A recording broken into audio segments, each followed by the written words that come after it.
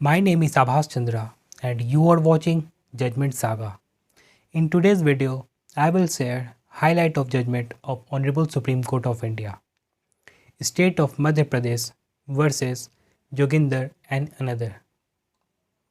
In this case, the word dowry ought to be ascribed an expensive meaning so as to encompass any demand made on a woman, whether in respect of property or a valuable security of any nature.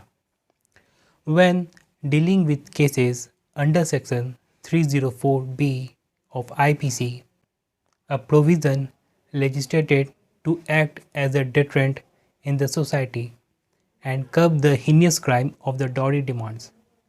The shift in the approach of courts ought to be from strict to liberal, from constricted to dilated.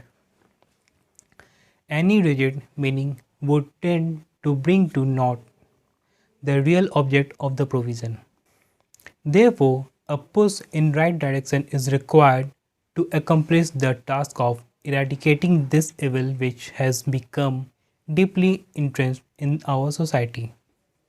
The Honorable High Court set aside conviction and sentence of husband and the father-in-law under sections 304B and 306, while maintaining conviction of husband under section 498A, but set aside conviction and sentence of father-in-law under section 498A. Constant dowry demands made on deceased by the respondents which her family could not satisfy. The word dowry takes in its ambit any kind of property or valuable security. Thus, Honorable High Court fell in error in holding that demand of money for construction of a house cannot be treated as a dowry demand. The Honorable Court must be sensitive to the social milieu from which the parties hail. Marriage of the deceased was conducted in a community marriage organization, shows that parties were financially not so well off. High Court also fell in error in drawing an inference that since the deceased herself joined her husband and father-in-law and asked for mother and uncle to contribute money to construct a house, such demand cannot be treated as a dowry demand. Only on respondents' persistence and insistence she was compelled to ask them to contribute some amount. It was not a case of complicity but a case of helplessness faced by her in such adverse circumstances.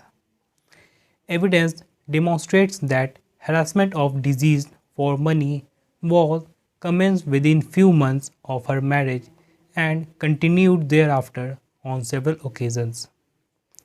All the four prerequisites for invoking section 304B satisfied, that is, death of deceased took place at her matrimonial home within 7 years of her marriage, in abnormal circumstances on account of burning and when she was pregnant. She was subjected to cruelty and harassment by respondents soon before her death, and such cruelty or harassment was in connection with the demand for dowry.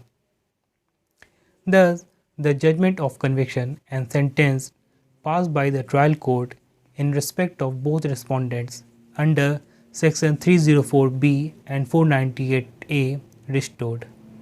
However, sentence reduced to rigorous imprisonment for 7 years. Thank you for watching.